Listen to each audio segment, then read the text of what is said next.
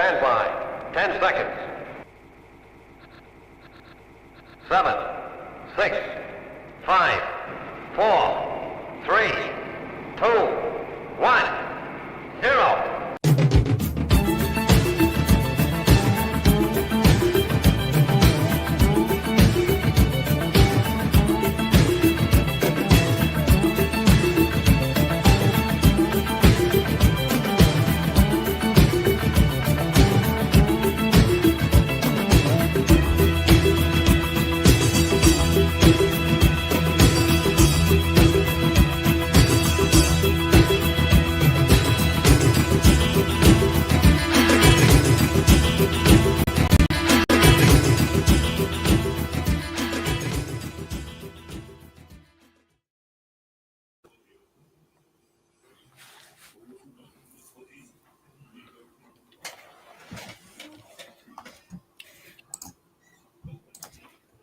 You're right, Colin.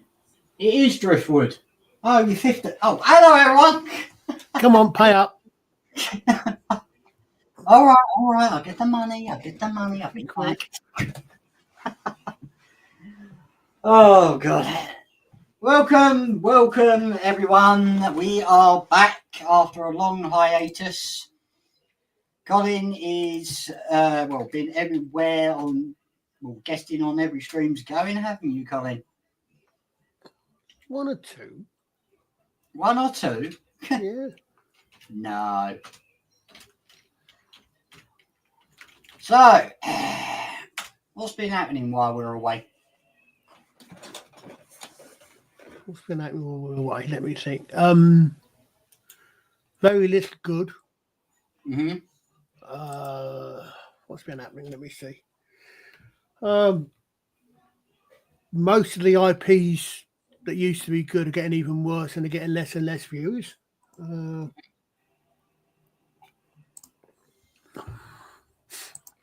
the world's going to the canines. Yeah, or going to pop. It was possibly going to be a little bit worse than pop, but pop will do. It's certainly going downhill. Well, it's better than Although, who knows? We've got fortnight's time and things might change a little bit. At least the other side of the pond. Well, it's not like, that song. Well, you probably never heard of it because you're not very musical. Things can only get better. What, you mean the one done by Brian Cox when he was a university student and had a band? Yes, I've heard of that one. Oh, you have? Yes. I'm surprised Brian Cox can still play the keyboard. I don't know if he can or not, but I know he was in a band when he was, I think it was at uni. D-Ream, because they couldn't be bothered to call it, Dream, so. No, actually, I'll go back to the original.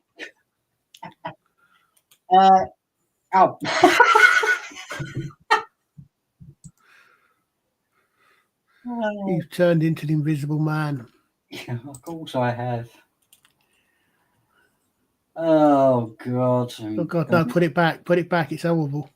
All right.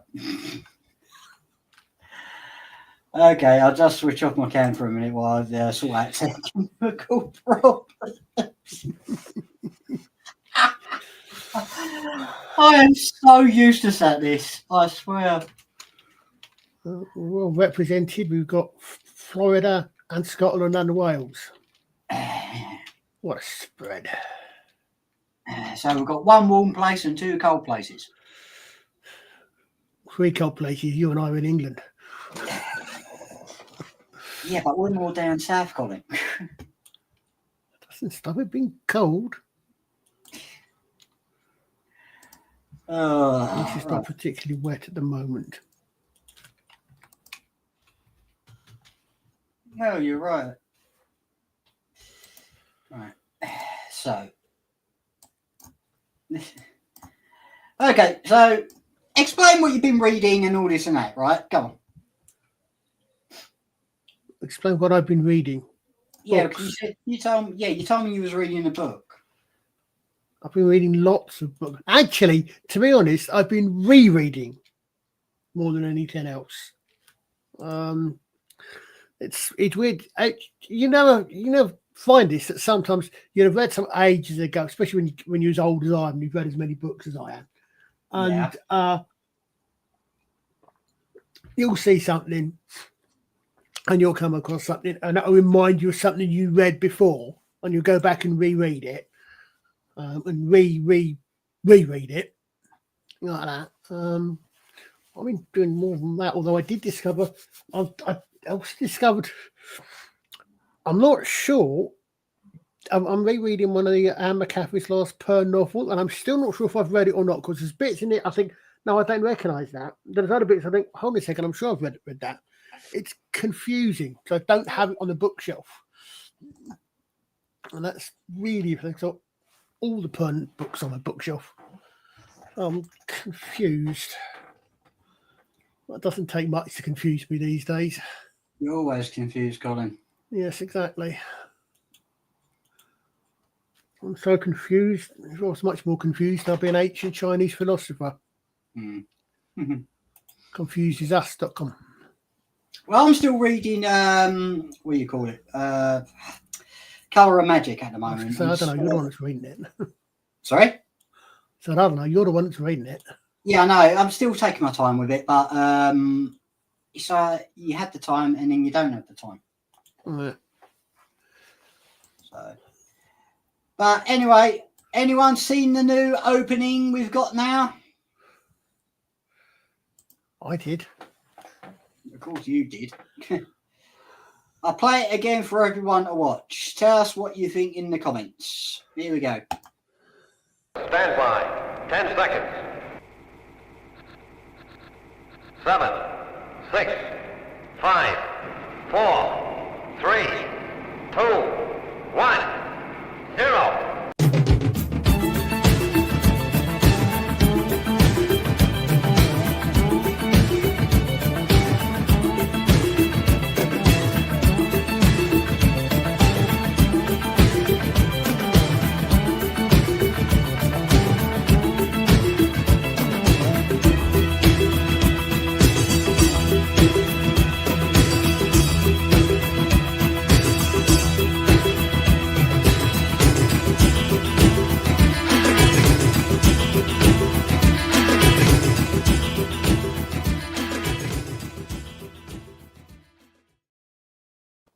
I hope everyone liked it.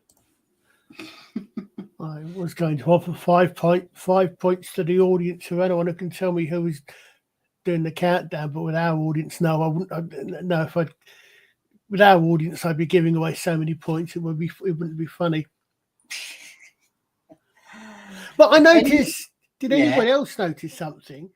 He jumped from 10 to 7, missed out 9 and 8. Yeah, because I had to edit the audio for that. Oh, right. The problem is that when you're editing an audio, you can't. How can I put this? You just can't get a full countdown, and I can't dig the guy up and say, "Can you do the full countdown?" I suppose is it problems lining the timing up and the like? Sorry. Was it lining up the timing? Yeah. So, okay. If I show the clip, and hopefully we don't get regulated for it, then they can understand where I am coming from. So give me 30 seconds. Right. Let's find it, shall we? 30, 29, 28, 27, 26, 13, 12, 11, 10, 9, 8, 7, 6. You're late. You didn't count properly, you type git. So, you Right. got the original countdown, so. All right, so this is the countdown. Just bring it up. Okay, so here we go.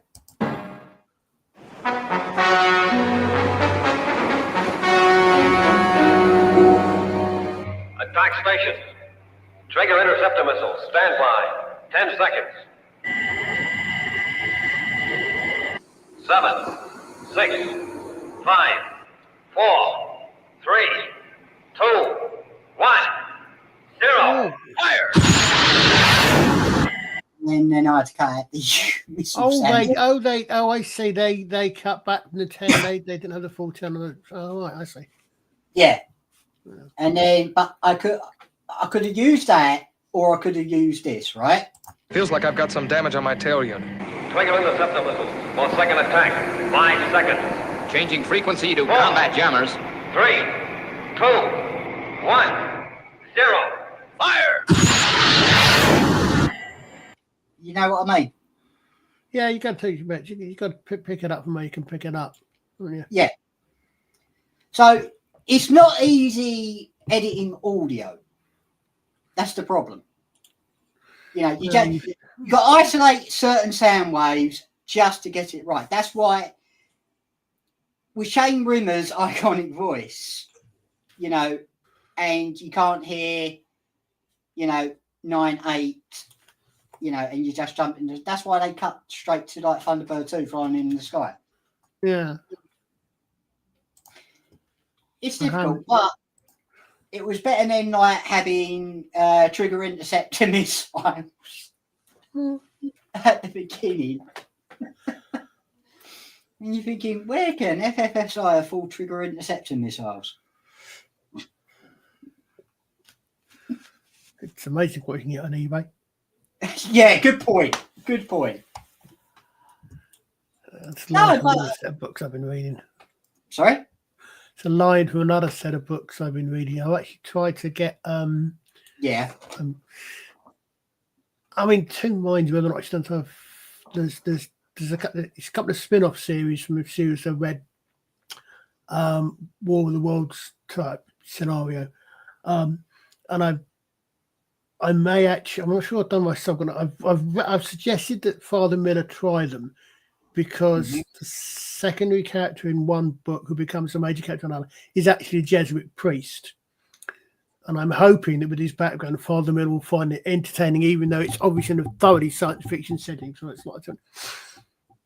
I had a thought the other day, and I'll try to express it a little bit better than I did on the Father's Sleep. Just it's amazing how much of what I was just wondering how much of all the stuff that we love today owes itself to someone mistranslating or misreading a single word. Very specifically, in the 1800s, an Italian astronomer called Schiaparelli was observing Mars through a telescope. And he saw markings on Mars. In fact, I believe current theory suggests it might even actually been his reflection of his eyes or something. I'm not, but he sees, and he's Italian. He sees lines on Mars, right? He writes down, and Italian for light is canali, right? As in cannelloni, the pasta, right? However, somebody read that and didn't speak Italian well enough and simply wrote down canals. Right. Now, canals, if you think about it, you don't normally think about it because you don't think it's deep, but canals, when you hear the word canal, it has a specific meaning and specific implications, right? What is the difference between a river and a canal? Well, except Canal and a river's not. Correct. A canal implies intelligence, right? So this gets picked up, a canal. So you get Edgar Rice Burroughs picks it up, and comes up with the idea of an ancient civilization on Mars, where the canals, because they must be huge to be visible from Earth, licks the canals up, transporting water to a dying civilization. If you've ever actually either seen it or it's better described in the books, the comics. I think, okay, so which implies intelligent life. Wells picks this up and comes up with the idea of intelligent life on Mars. Again, possibly dying planet. I can't remember. It's a while since I've read. I'm not sure we actually specified this one. You sure he didn't see John Carter up there while I was there? Well, no, it might have done. There is at the risk of a diversion, you know, League of Extraordinary Gentlemen. Yes, I know. I've seen the film. I know the comic. Right. But yeah, do you know the second one? The second league, I think it's second League of Extraordinary Gentlemen. Yeah, you told me ages ago that the second one was set. It starts on Mars, and John Carter and Gulliver Jones, who is a clone John Carter from another author, not Burroughs, are fighting the Martians. But my point there, my thought there was, you think about that. Yeah. How much science fiction and fantasy, or particularly the entire item, how much of V would we have without War of the Worlds? Yes, I know what you mean by V. Would we have would have so much of the sci-fi without, I mean, in particular, without Princess of Mars or War of the Worlds, but more inspired. Will we have anything much in the way of even the idea of aliens or anything? How much of that do we get? And I genuinely don't know. It's just a thought that occurred to me when I'm dropping off to sleep. How much of that all stems from the fact that someone misread lines as canals? Yeah. It was amazing that, how much of it, all the things we like, how much of that is basically pushed off from that translation. But is anything else actually, and that was even, Independence Day down. Yep, you're right. And again, a lot of them, they're coming down for resources as well, which is what the whole point is. I mean, it's just amazing. You just have that one thing, and because people don't have the knowledge we have now 100, 150 years ago, whatever it was that has happened, you've got, how much, it's just amazing to think this is just, I mean, science fiction's got lots of other things, but how much was just that one mistranslation or misunderstanding? Yeah, I know what you mean. And that was interesting facts by Colin.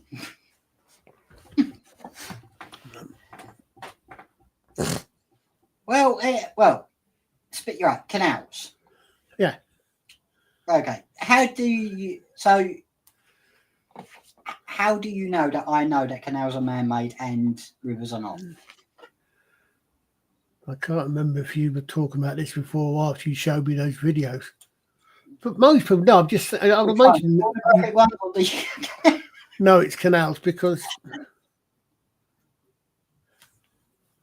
Yep. Again, Darren. Yep. Vern, Wells, and Shelley. Yep.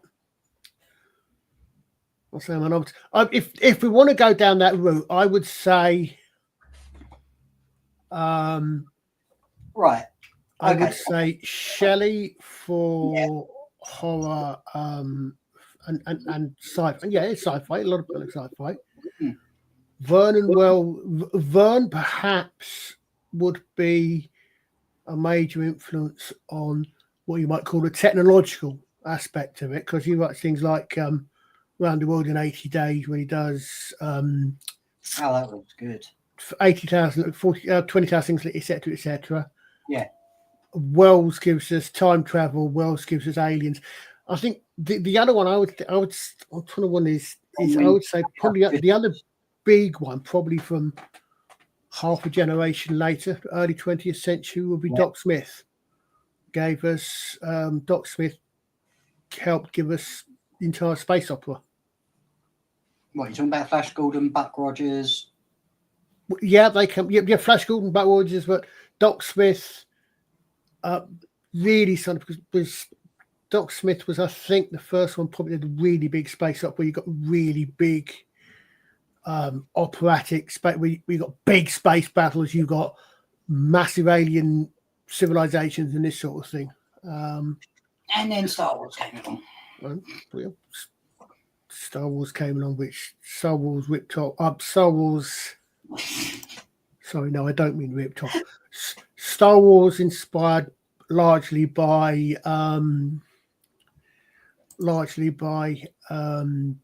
Second World War movies and the like. Yeah, dogfights and all that.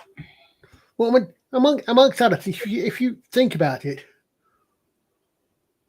what would be the ideal tune for the trench run at the end of Star Wars if it wasn't for John Williams' music? What should be playing there? The march from the Dam Busters. Yep. That's the Dam Busters. I mean, I can almost even see it, can't you? Some do it coming in there, and you've got the Dam Busters. The Dam Busters might should fit because that's what it is. It is the Dam Busters. Yeah. And then back in the 80s, they did a Carlin Black Label advert where the guy was catching the bouncing bombs. I bet you drinks Carlin Black Label. Yeah.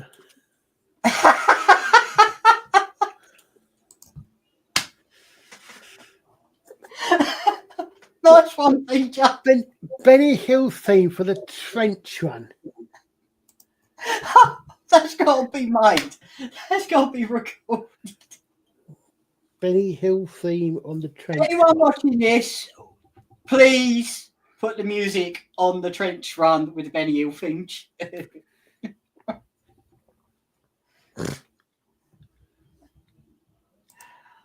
Oh, imagine Benny Hill being in Star Wars.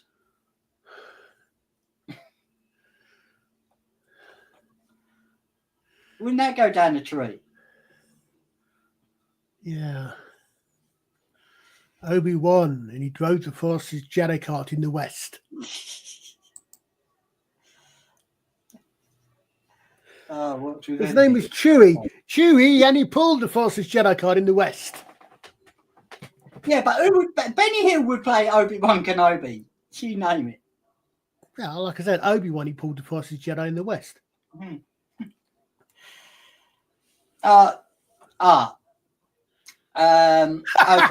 Yes. No, I'm your milkman. Okay, I've got a video to show you. Oh dear.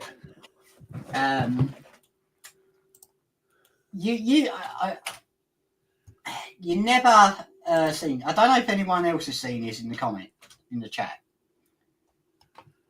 Yeah, I'm gonna play that, Darren. Oh wow. Huh? Okay. All right. You fancy a laugh? No, you don't laugh, do you, Colin? Laugh if something's funny. Hold on. I'll just bring it up. Okay. Carry on up the empire. All right. Let's have a watch of this. Right. You ready? Yeah. Okay. No, stop messing about. Yes, they've been let loose again. The crazy comedy team with their carry-on capers. Carry on again up the empire. Splendid girl, and so helpful. Do you know she's been showing me how to stick the pole up? I'm not changing my sex for you or anybody else, and that's flat. You filthy, rotten, stinking beast. No, definitely no. Look at that! Oh, you don't know what your kiss did to me, eh? Sidney James as Sid Kenobi. Kenneth Williams as Darth Vader. Charles Hawtrey as C-3PO. Jim Dale as Jimmy Skywalker. Joan Sims as Joan Solo. Barbara Windsor as Princess Babs. Bernard Bresslaw as Bernie Backer. Kenny Lynch as Ken Calrissian. With Stanley Unwin as Yoda. No understanding or reluctance in your eardrums to listen to mine, completely beyond my comprehension. And your pretense not to understand the simple syllable which I was uttering. Oh, no, there's nothing wrong with the guttering. I did Knockers. Jack Douglas as R2-D2. Get off. And Fenella Fielding as Boba Fett. Please don't say it. Say what, dear? You know perfectly well what. Oh, you mean frying tonight? If you enjoyed Carry On Up the Empire, don't miss the most comical of the crazy Carry On comedies with all your favourite characters in Carry On Again Up the Empire. It's earlier busy, and I was wondering whether you'd gathered again now, all ready for the frail, if you were today. You miserable little pleader. Credit to Dr. Random for that. Credit. Absolutely brilliant. That was brilliant. What do you think, Colin? It's amazing what you can do these days with AI. Yeah. Oh, the Carry On films. You're never going to get anything like that ever again, are you? Nope. Don't tell me you've never seen a Carry On film. Of course I've seen Carry On films. All of them? I don't think I've seen all of them. I've seen every single one.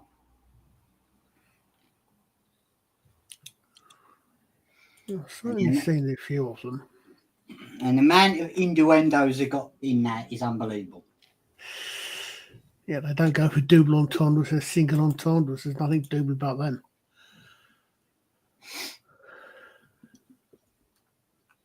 Well, God, Bennett. Well, my favourite Carry On film was Carry On Dick.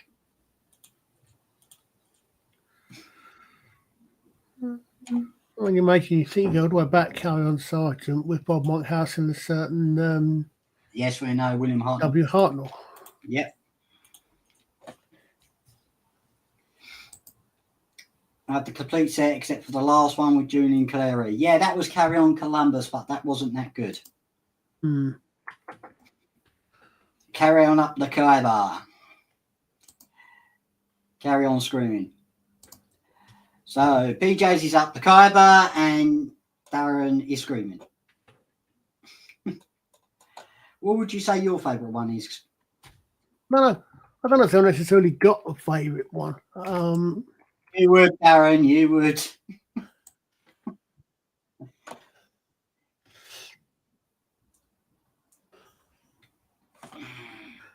I mean, Carrying Up the Khyber's got some quite fun bits in it. Well, they've all got fun bits in them.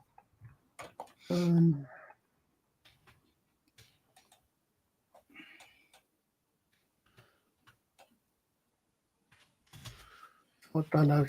As I would say, I've got a favourite Carry On per se. I mean,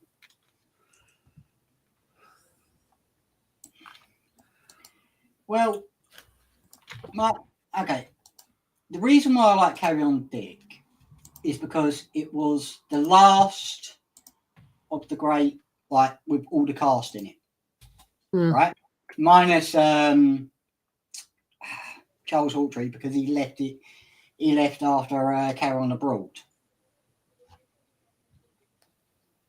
But the reason why I like Carry On, the thing is about Carry On Dick, I've always said to her, it's just the innuendos, the non-stop, and you got these names, the Reverend Flasher, Captain Desmond Fancy, right? And you've got probably the biggest quote, of course. Yeah. Is from Carry On Cleo. Carry On Cleo, yeah. Yeah. Infamy. They've all got an infamy. Yeah. That's probably the most famous, I would think. Hey, Sadaku. Hey, mate. All right, no, okay. Now, I was just saying about the names here, right? So, Reverend Flasher, Captain Desmond Fancy, right? Sir Roger Daly. That is brilliant. Yep. Sergeant Jock Strap. You just can't make it up. They did frequently. I know, but okay. Let me look for this a certain quote from it. I hate it when you have to go all the way down just to find a quote on IMDb. Okay.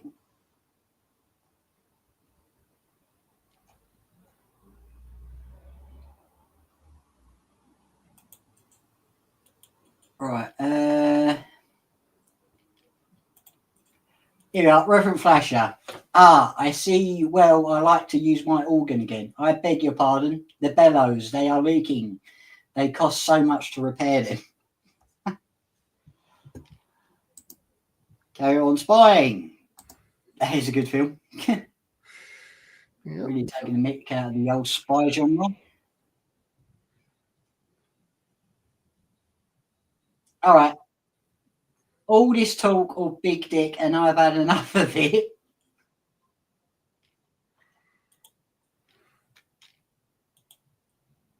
Mrs. Yeah, and there's another one where I think it was Harriet who turned around and says, what do you know about big dick? She goes, so it's really, I've been here for ages and I haven't found any.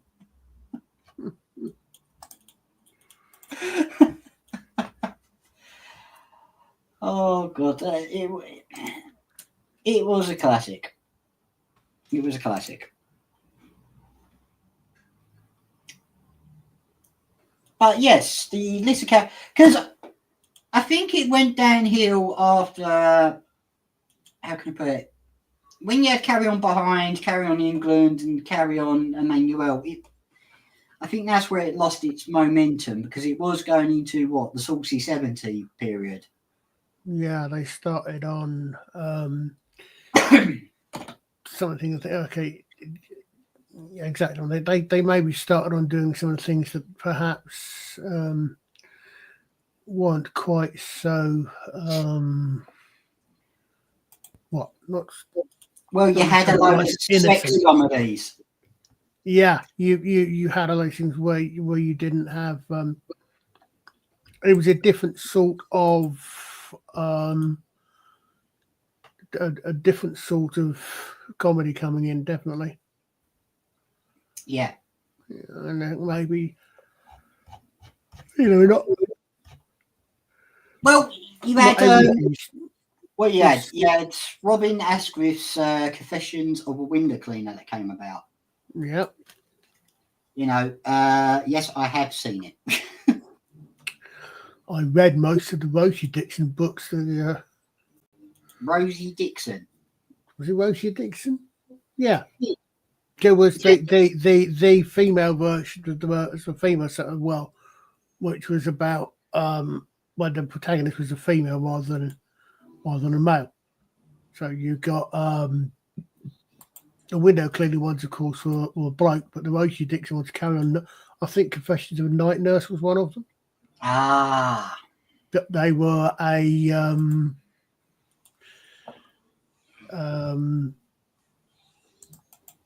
basically they were a female main lead rather than male lead. Yeah. But they weren't. I mean, most of them weren't. If you think about them, most of them, they weren't really the sort of even then, they had almost a carry-on level of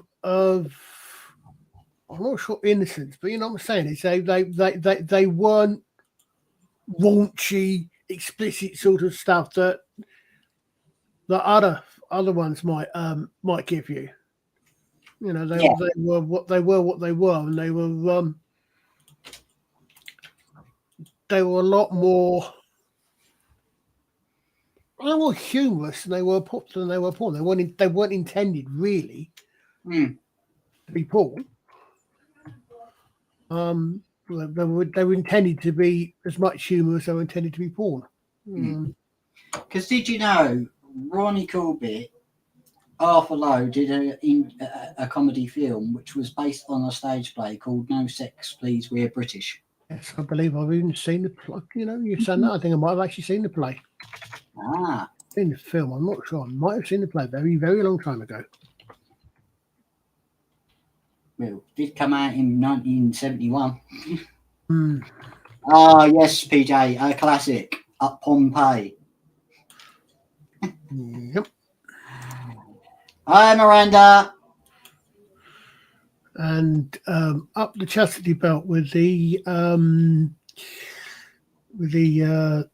the line that geographical line of I've just passed May. The rebels have just passed Maidenhead. I've been trying to do it myself for the last 3 weeks.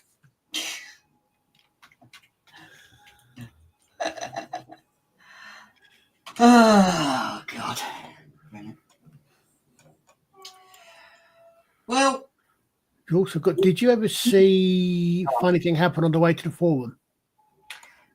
no, but I know I know a little bit about it because there was a scene I saw on Twitter ages ago with John Pertwee. Well, it's John Pertwee, Zero Mostel. Importantly, the lead role was played by Frank Spencer. The lead, the lead role was Michael Crawford. Mm-hmm. The lead, it's got a little bit of classic connections because the main female was Annette was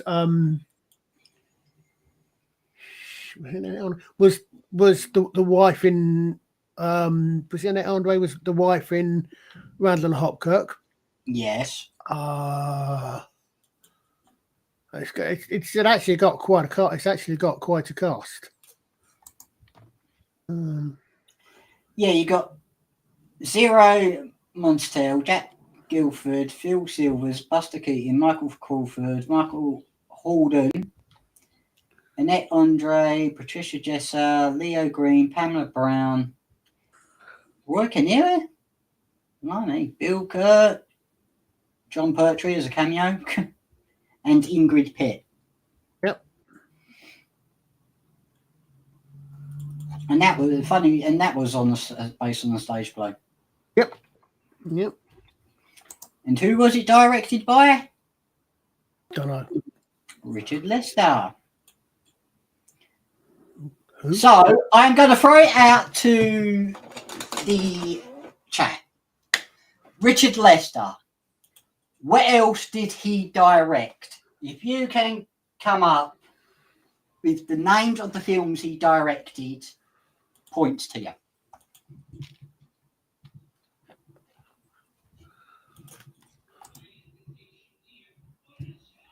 I won't be getting it. No idea. No idea. Well, I'm looking at the list at the moment.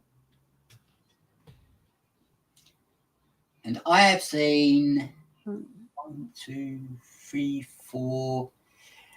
The name's mildly familiar, but I say about 10 of them.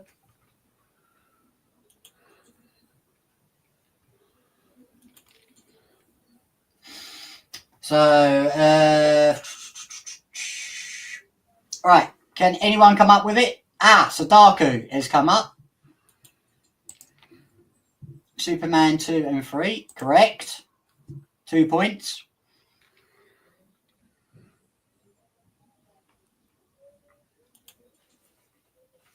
Does anyone else know what he directed?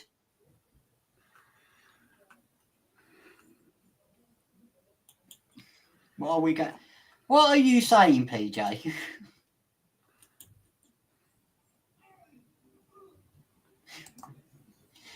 Okay, Richard Lester. He did direct Superman 2 and 3, but he did The Three Musketeers, The Four Musketeers, The Return of the Musketeers, Butch and Sundance, The Early Days. He had a producer uncredited role for Superman.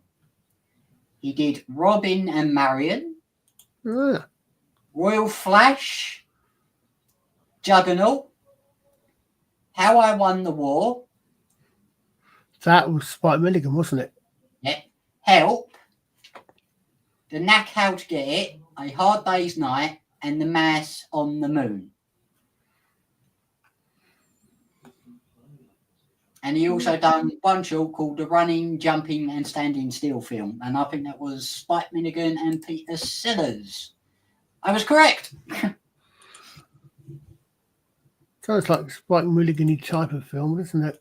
Yeah, well, Spike Milligan was a pure genius. Yep. Especially when he went to pick up his Life Achievement Comedy Award, and he received a telegram from, well, the king now, really.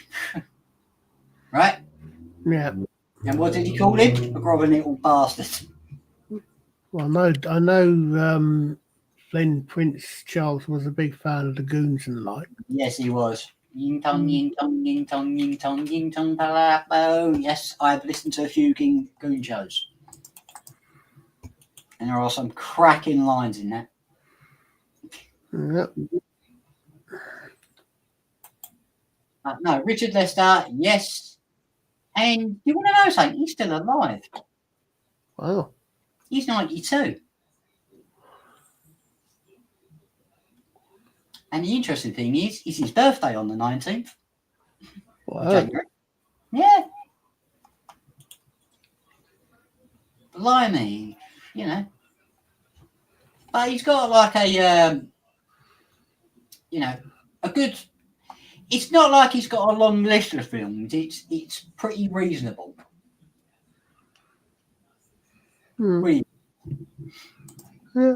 sounds a reasonable list. I mean, some people have got really long lists of things, and some people don't have necessarily that many, do they? I mean, how many films did Tarantino done? Yeah. Not many, is it Tarantino, but he's got a certain number he wants to stop at? 10 films he's went to direct his 10th film. You're right, PJ. He has fallen in the water.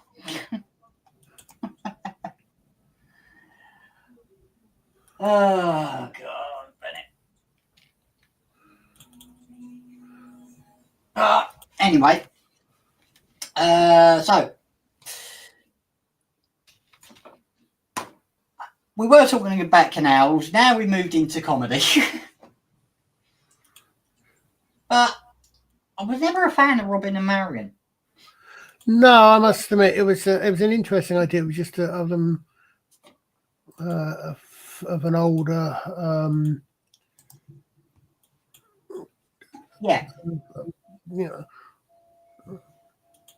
except of course in the one of the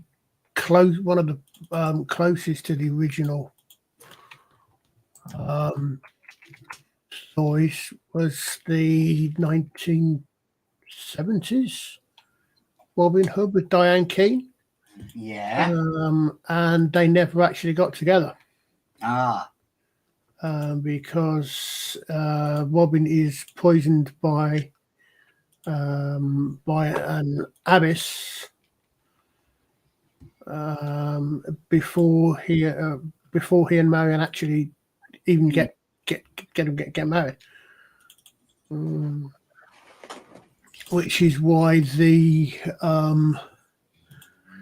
that's where the bit that he supposedly gets taken, knows he's dying poison, he knows he's been dying, gets taken out into the Greenwood.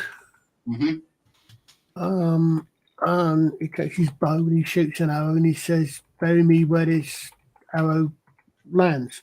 And it's an unmarked grave, which is why which is why he doesn't have a grave. Yeah. Well, anyway, moving on. Never existed is another matter, but you've seen the Three Musketeers, the Four Musketeers, and Return of the Musketeers. I've seen the Raquel Welch ones, which is 3 and 4. Yeah, that's what I'm talking about. Yeah, I've seen those. You've seen those. I've seen the 3 Musketeers and 4 Musketeers. Yeah. What do you think of them? Okay.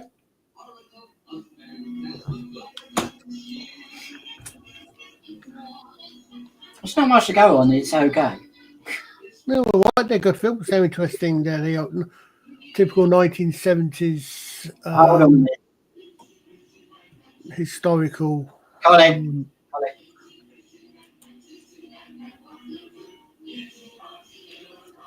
No, I hope we don't get monetised. If anyone can hear that, I hope we don't get monetised. Philip's off. Yeah, back to the Musketeers. yeah, it's a pretty standard 1970s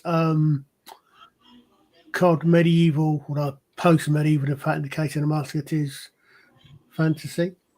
The Revenge of the Musketeers and the Musketeers Strike Back. Not seen those. No.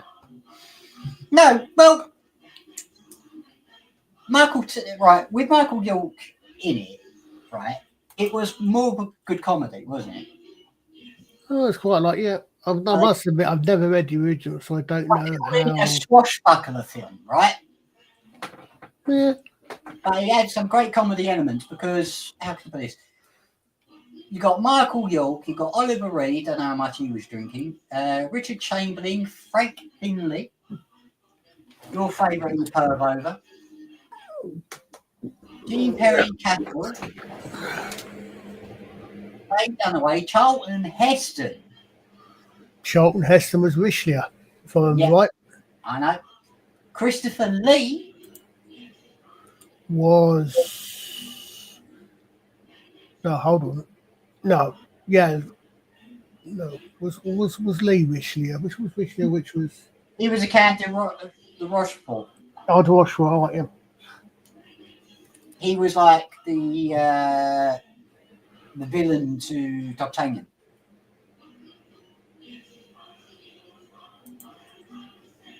We're going to get monetised. I think you mean we're going to get demonetised. We're not monetised anyway. Never mind. Oh, forget it. Yeah, you got Roy Kinnear in it. Who played the manservant to D'Artagnan, didn't he? Didn't he die when they're making this? Didn't he get killed? Yeah, he died on the third movie. Oh, the third one. Yeah, he fell off a horse. I never saw the third one.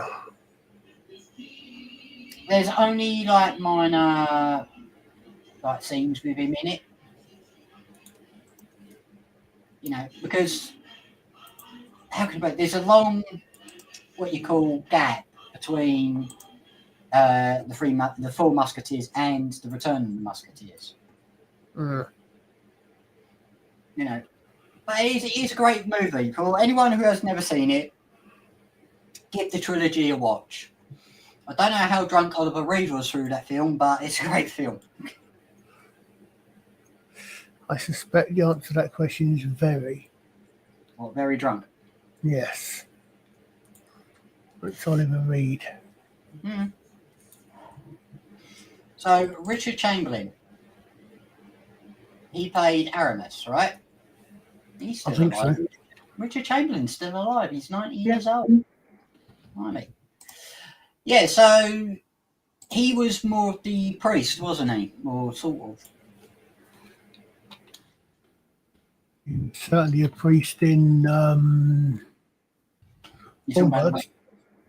It was certainly a priest in the Thornbirds. No, I'm talking about the character Amaris. I to be honest, I don't really remember them. I mean, I know there, but I don't know what's it. You got to give the movies a watch again, haven't you, Colin? Maybe. That was worth it. Well, you got Spike Milligan was in the Three Musketeers. Yep, he was working out while she's the character's name, husband. So basically, she was an adulteress, and Michael York, the hero, was seduced a married woman. Yeah. A fine character. Because I don't think Charlton Heston was in the third one. I'm not too sure, was he? Return of the Musketeers. No, he wasn't in it.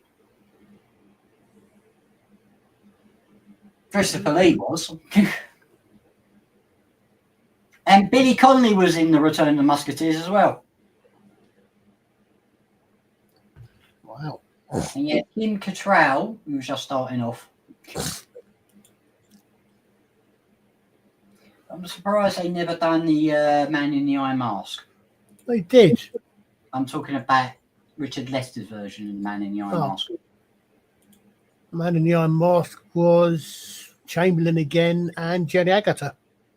Ah, yes. I am going to put on a clip one day of Jenny Agutter and see how long it takes you to perv over her.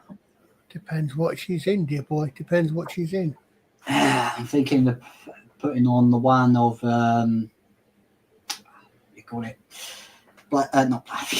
Logan's Run. That's it. Yeah. Why am I getting those two mixed up? What is wrong with me?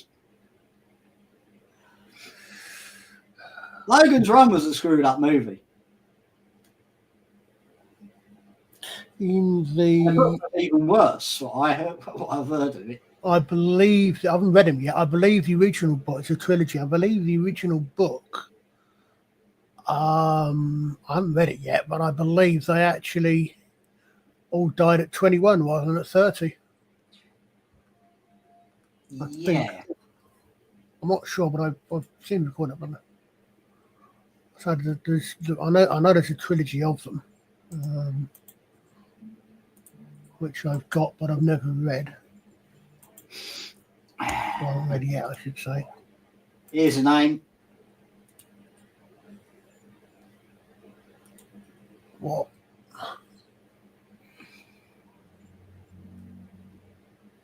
Farrett Fawcett.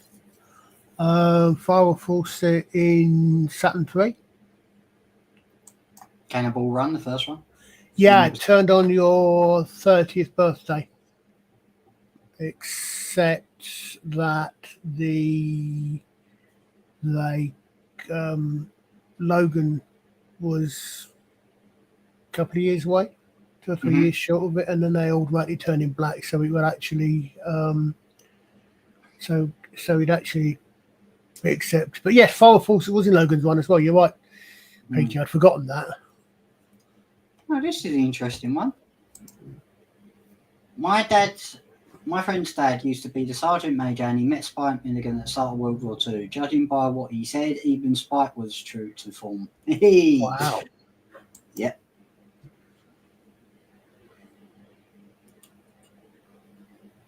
Well, so now we're talking dark sci-fi movies. You know, okay now.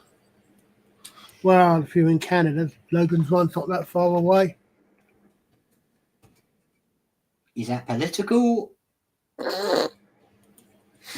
Actually, no, because Trudeau's resigned apparently. So I can hear Bolst. I can hear Bolst celebrating from here. Ah, right, okay.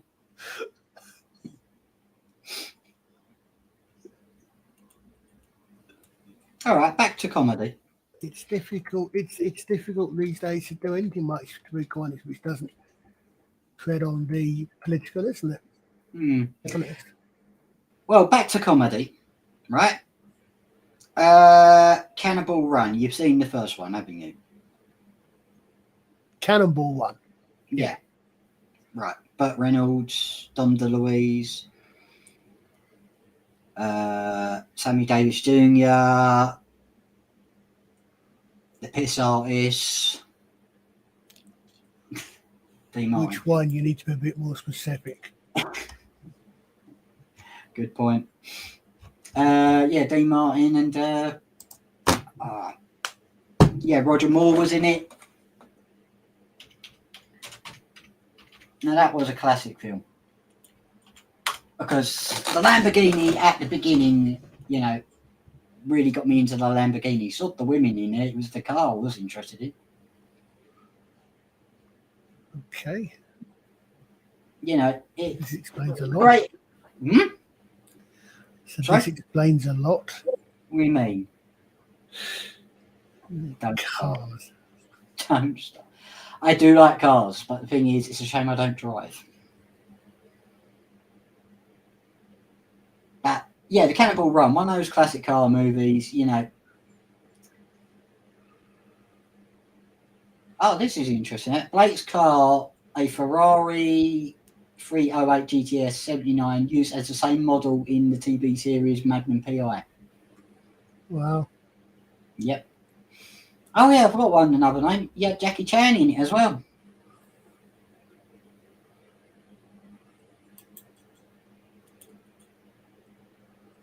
No? Okay. Okay, I believe you. Fine. Yeah, he was the Japanese driver.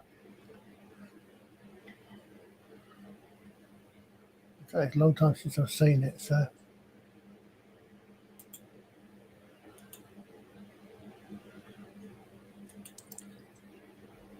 I stick to light sci-fi. Yeah. Well, anyway, Cannonball Run, right, was made by Golden Harvest, which was a company based out of Hong Kong.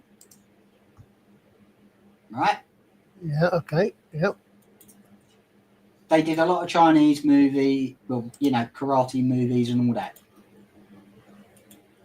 But when they got the Cannonball Run, you know, that was surprising. But it was 20th Century Fox who distributed it.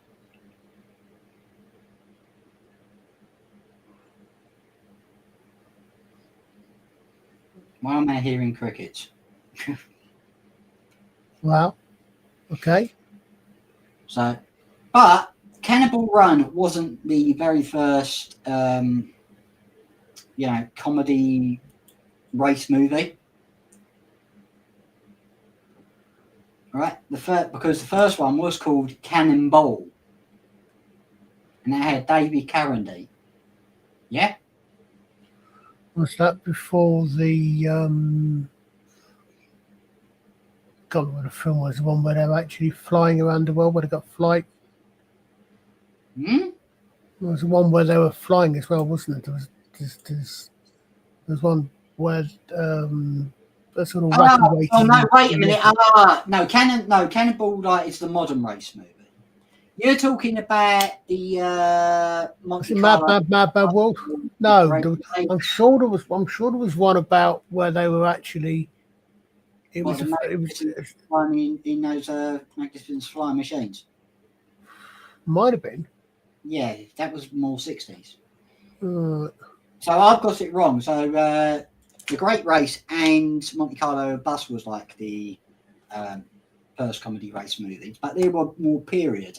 The modern one was Cannonball. And also you had the Gumball Rally. Yep. You know, when Gary Busey was in it, and he was absolutely hilarious. And you had Raj Julia,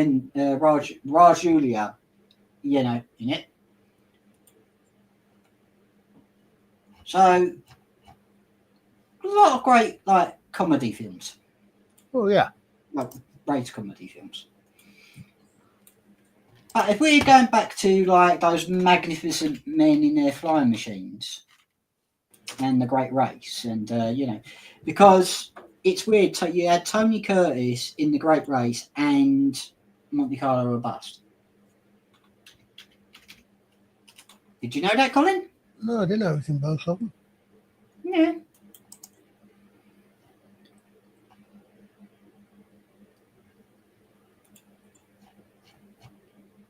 The one thing I find funny, you had Terry Thomas in the Magnificent Men in those flying machines, right?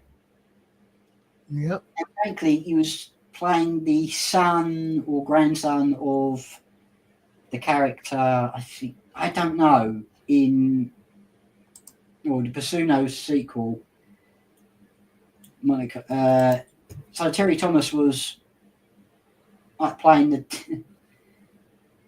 the same character, wasn't he? We'll see. I don't know. Terry Thomas was in the Great Race. So was Eric Sykes.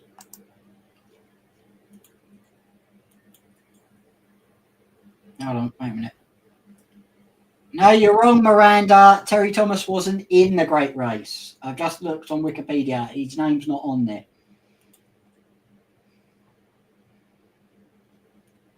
Oh, yes. Oh, yes. Terry Thomas as Dick Dastardly. Would that work? I don't know. Interesting question. Terry Thomas as Dick Dastardly. I don't think so. Not really, because Terry Thomas is too quintessentially an English type Bob. Dick Dastardly is not. Dick Dastardly, I don't think is an English villain. I would have thought is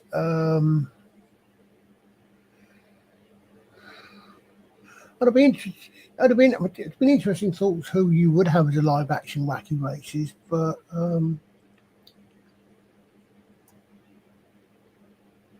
who would you do as who would you have as Penelope Pitstop? British or American? I was going to say, okay, waits for all the people to say Sydney Sweeney. Well, I wonder what it's weird, isn't it? Because I don't know. I mean, it was some. Because the weird thing is, half of that Wacky Race and Penelope Pitstop things were based on the old. Yeah, that definitely. But I mean, Wacky Races, part of that was almost a rip-off of the old 1930s. Wait a minute. I think PJ's got it. Raquel Welch's, I don't know. Penelope Pitstop needs to be blonde, really. Yeah, she would have dyed her hair for it. Yeah, but I'm not sure I can necessarily see Raquel Welch as blonde. I mean, it's good thought.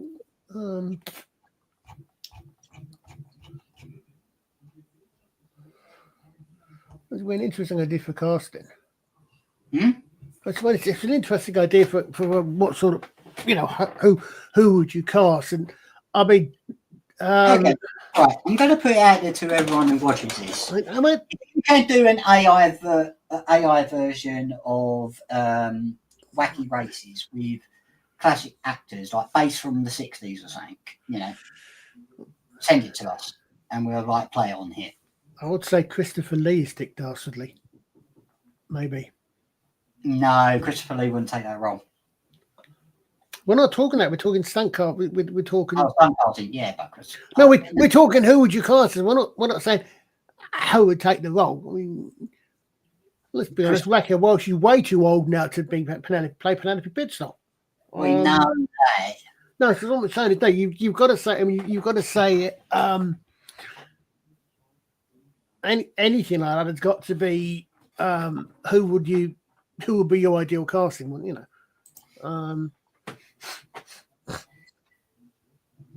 Don't worry, everyone, PJ. Don't worry, Colin's having a brainstorm. That's the wrong one. Lee as Professor Pending. Yeah, that could work. Yeah. Don't know all the characters right now. I miss Christopher. Amongst other things, the problem is I think there's a few Hanna-Barbera characters. Yes. Which it's very easy to think were in Wacky Races and actually weren't. Because I don't think Captain Caveman was in Wacky Races, but there was a similar character to Captain Caveman in Wacky Races. Mm-hmm.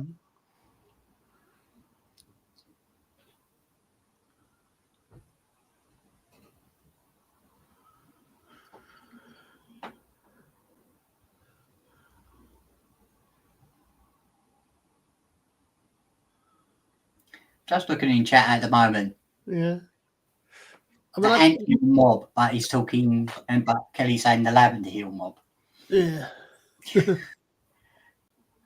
PJ, I think PJ's telling all the characters and that. Well, yeah. I mean, it's remembering what they were. I mean, you know, I say it's been it's been a long time since I saw them.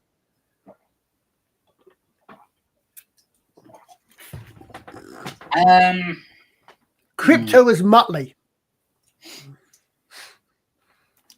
No, because Crypto's wrong breeding colour of dog. Crypto's way swapped to Muttley. What if that counts? Yeah. Which then of course comes on to who would you cast as the pigeon?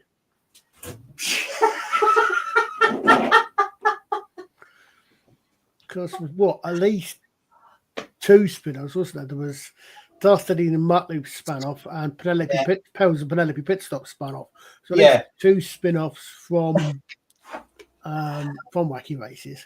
I know, but the way you say who would be cast as the pigeon? Timothy Chalamet. What? He's got the lightweight body to be a bird. Who? Timothy? What about Timothy Chalamet? Is that in the comments? No, that's me. I just said Timothy Chalamet. What, that's the pigeon? Yeah. Yeah, nowadays a crow. Yeah, you're right, PJ.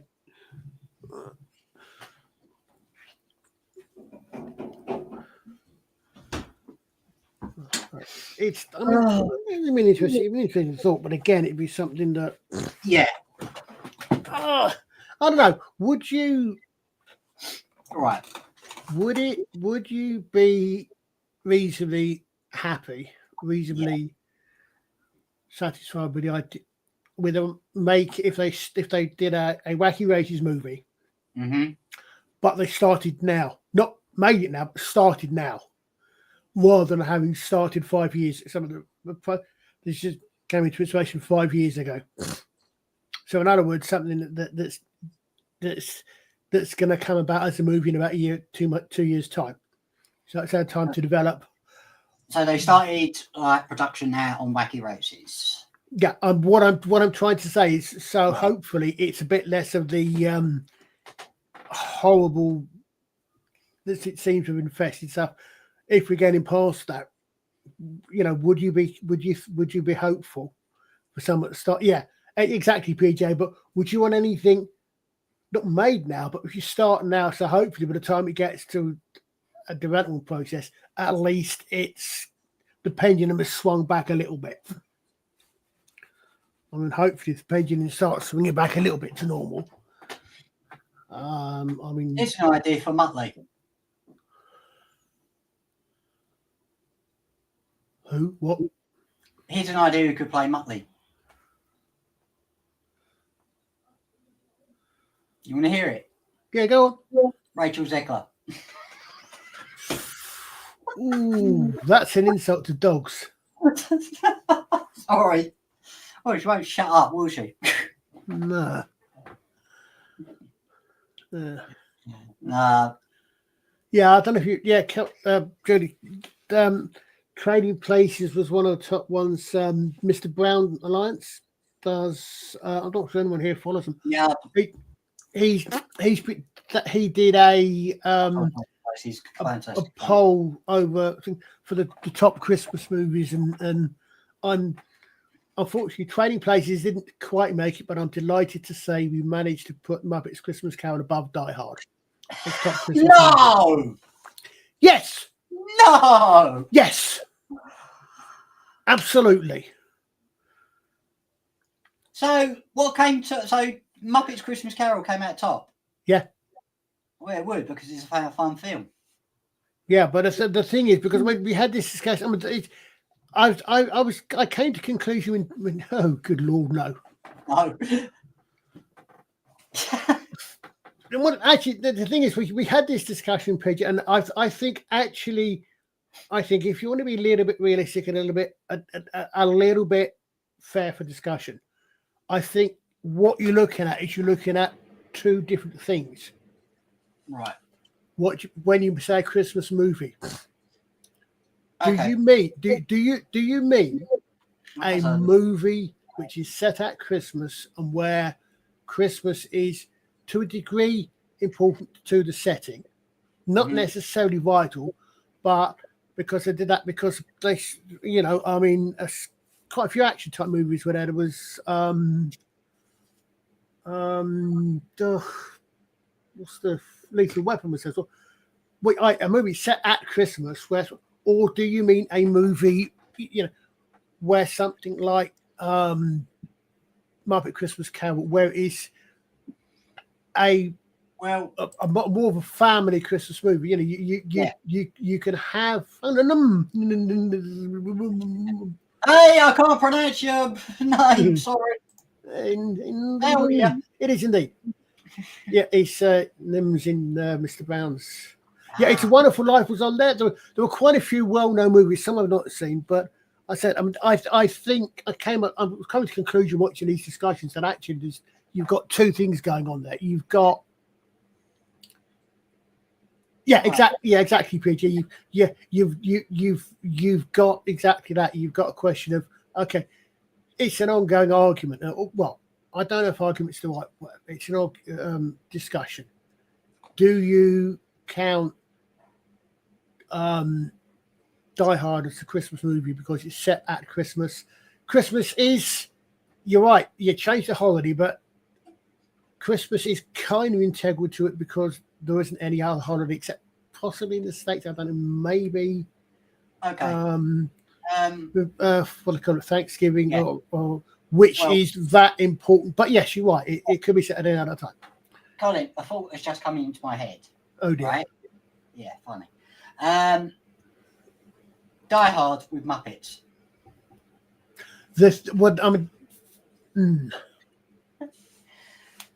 But Miss Piggy as John McClane.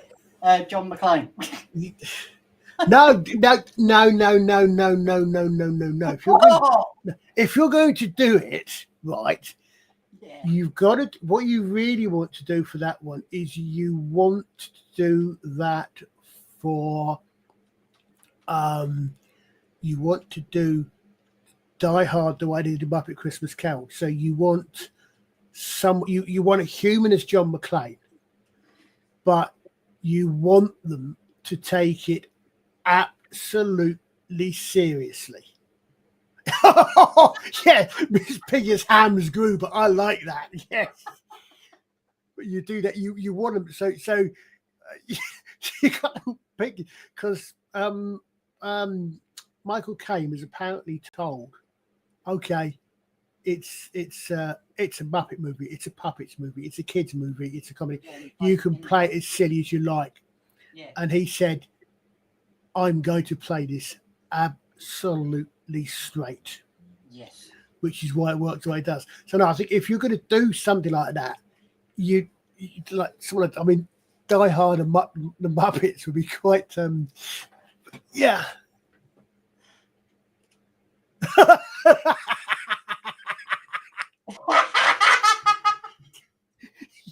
Yeah. Oh. Yeah. Muppets as in the no, I don't know. I don't think they ever used that in the Sweeney, did they? I think that was Only Fools and Horses. Well, they start calling people Muppets.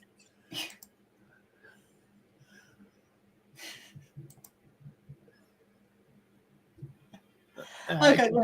So back to Die Hard with Muppets. Yeah.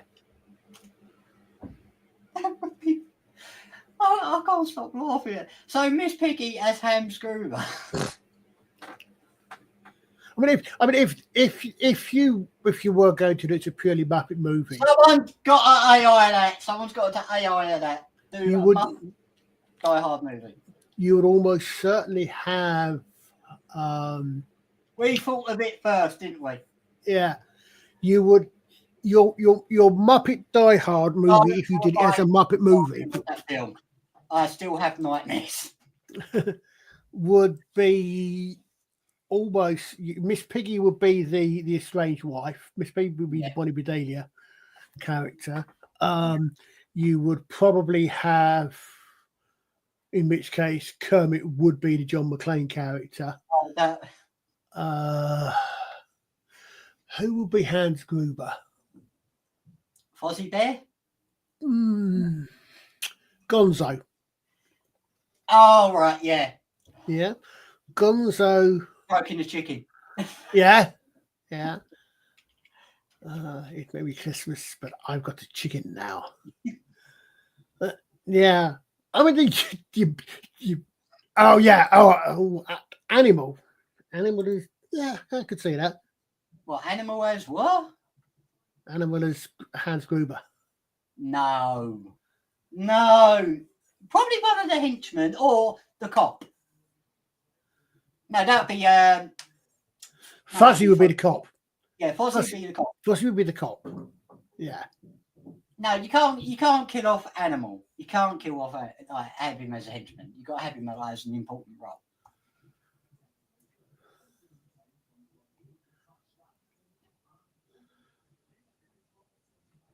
Yeah, Die Hard. A Muppets Die Hard movie. We thought of it first. Anyone wants AI? Welcome to it. Yeah.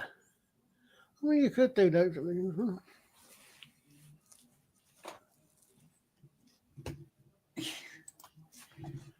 Kelly, you don't know what you're missing. As I said, Kel, there is. I think there is a difference. Wake me up, oh, dear Lord. Okay, all right. Okay, I'm going to say this. Right, this is to throw out it to the audience. Name action movies right now with Muppets, and I've got one film in mind: Predator with Muppets.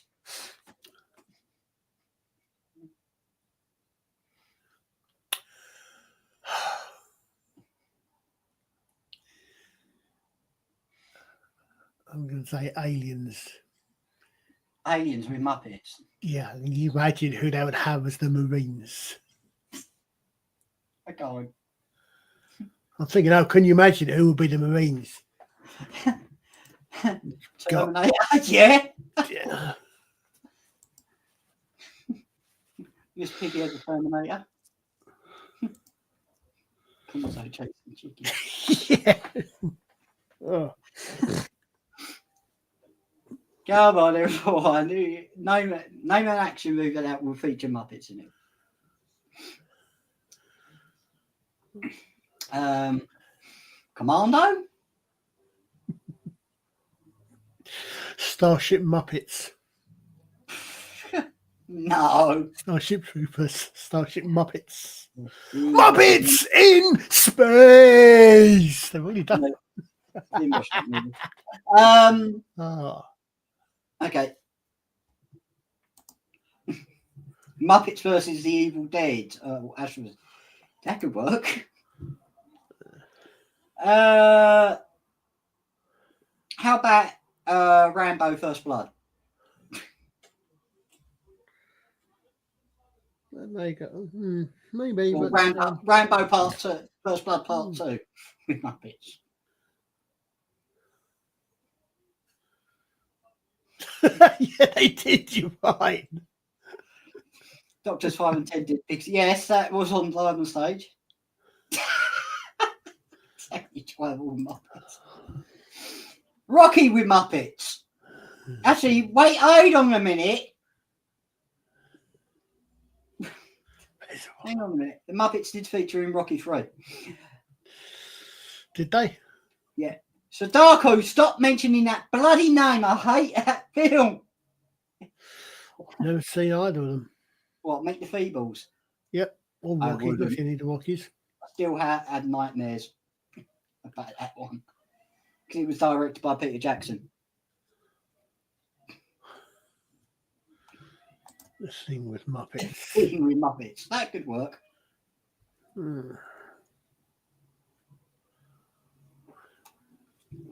Now we're talking about horror. Well, Gremlins did have Muppets in it in a way. Yes. Yeah. The Expendables. Yeah, that would be good. I've never seen those movies, but the weird thing is, there's a series Let's rank it back a bit. 80s and 90s, not latest ones. Let's go 80s and 90s action movies, yeah? You have to make sure 80s and 90s action. Because I don't know if I've said Lethal Weapon with Muppets. I just had a really silly one. Oh, go on. Muppets Raid on Entebbe. Good. That'd be classic. Yes! Yes! June! Okay. I'm just trying to figure out. There's another action movie Schwarzenegger did. Conan with Muppets. Robo Muppet, yeah. That'd probably be Gonzo.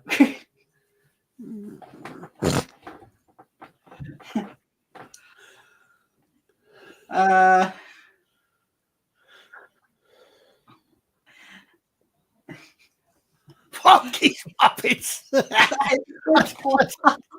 I only just a shot about last year that I didn't realise that Wild Geese. I've seen Wild Geese. It's a good film. It's a good film. But I hadn't realised. Don't you have nightmares? That Hogan's Muppet. The Wild Geese was actually the name of Mad Mike Hall Mike Hall's mercenary company in Africa in the 60s. Ah. They were actually called the Wild Geese. I hadn't realised that.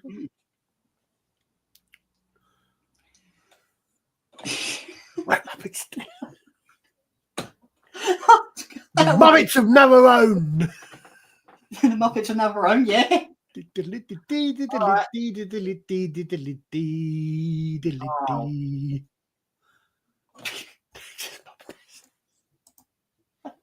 Okay, Texas Chainsaw. That's been said, Miranda.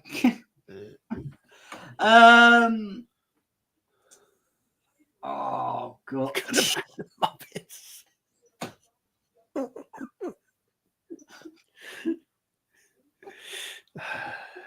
Oh, I can imagine. Yeah. Oh, Okay, in that case, I go back on Trading Muppets. Trading Muppets. From Trading Places. Well, in fact, think about it. Who would you have as the Watson brothers? It would have to be Statler and Waldorf, wouldn't it? Yeah.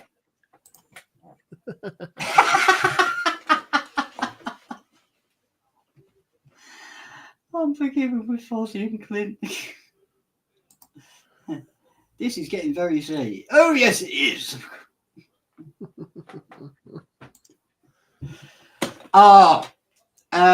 Monkey Sorry, I'm sorry. I'm sorry. Is this the 5-minute Muppet replacement movie or a full half hour?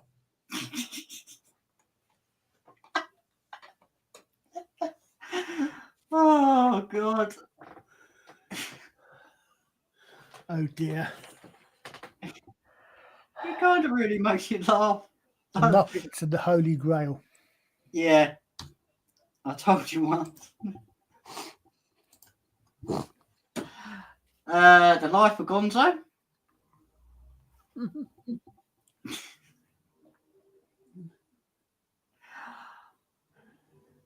Oh God, Muppet movies. Always look on the Muppet side of life. Yes. Yeah.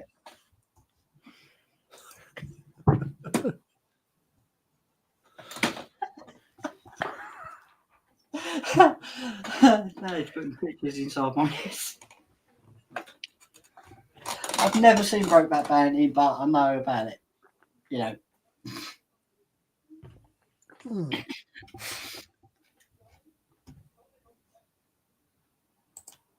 Manic Muppet. Okay, how about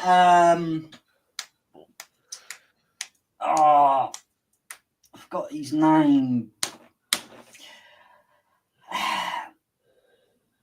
Chuck Norris. The Chuck Norris movie, but with a Muppet. And to think they let us out in public. Yeah.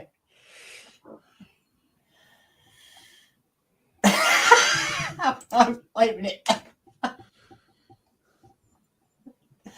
Yeah, that would work.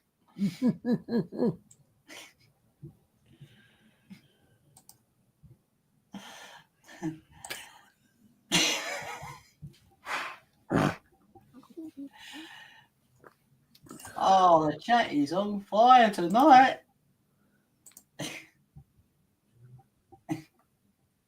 Stir crazy, but with Muppets. That would work, yeah.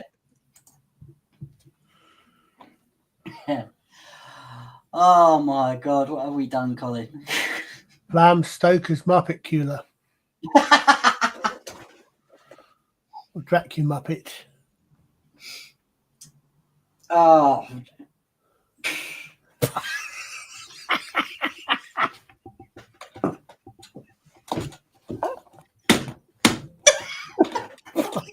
It's a Muppets. Oh, dear Lord.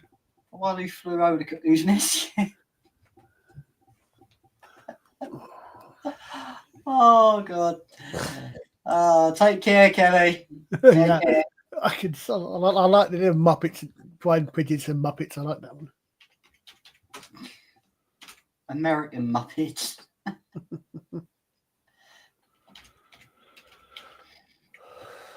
Oh my God, we are really on fire.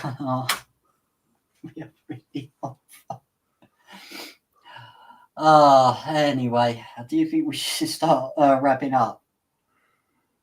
Before we get any more really, really nutty ideas. It's a shame we don't have Ian with us. He would have come out with some crackers.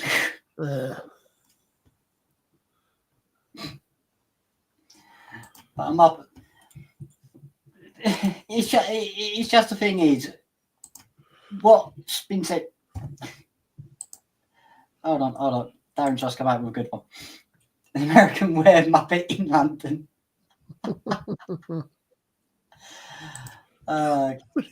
Surely one flew over the chicken's nest.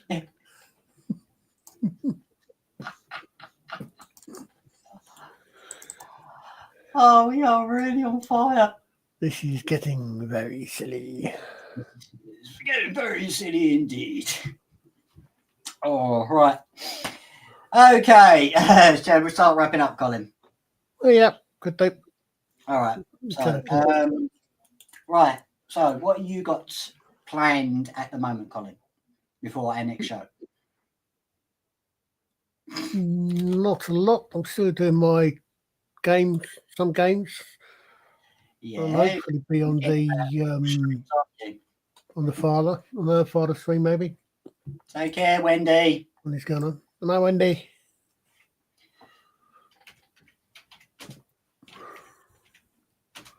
So it's just your games and yeah, really? probably, yeah, really. And hopefully the father keeps streaming. Yeah. Have you got any guests in mind we could have on? Not at the moment, not really. Take care, Darren. I know when I mentioned it to the rabbi over the weekend, he was, said he keeps we keep inviting him, but unfortunately, because of the time difference, he's too late for him, especially since it's during the working week. Yeah.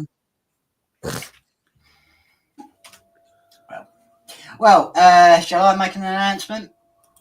You want to make an announcement? Make an announcement. Okay, so everybody, just to let you know, we'll be sending out the guest list.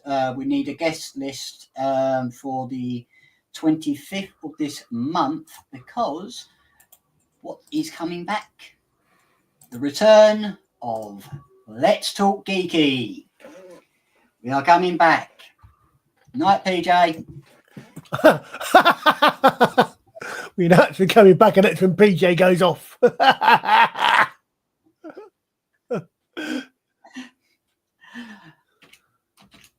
Yeah, so Let's Talk Geeky is returning. So we'll be having a guest list on the chat. Well, I'll be saying who wants to attend and all this and that. So on the 25th at 8 o'clock or 8:30 UK time, Let's Talk Geeky returns. And Colin, you might not be able to make it, will you? I don't know at the moment. We'll have to wait and see. Wait and see. Okay. Well, anyway, thank you everyone in chat. For everyone else out there who's just watching it, please like, share, and comment and subscribe if you wish. And when shall we be back, Colin? The 3rd of February? I think that's about right, isn't it? Yeah. Okay. So we'll be back for Monday night with FFSI on the 3rd of February. And Let's Talk Geeky is on the 25th of this month. Hopefully I'll get a new opening and that in place. So that's the main thing. Yep. So everyone take care, and that's it. See you all soon. Bye-bye. Bye.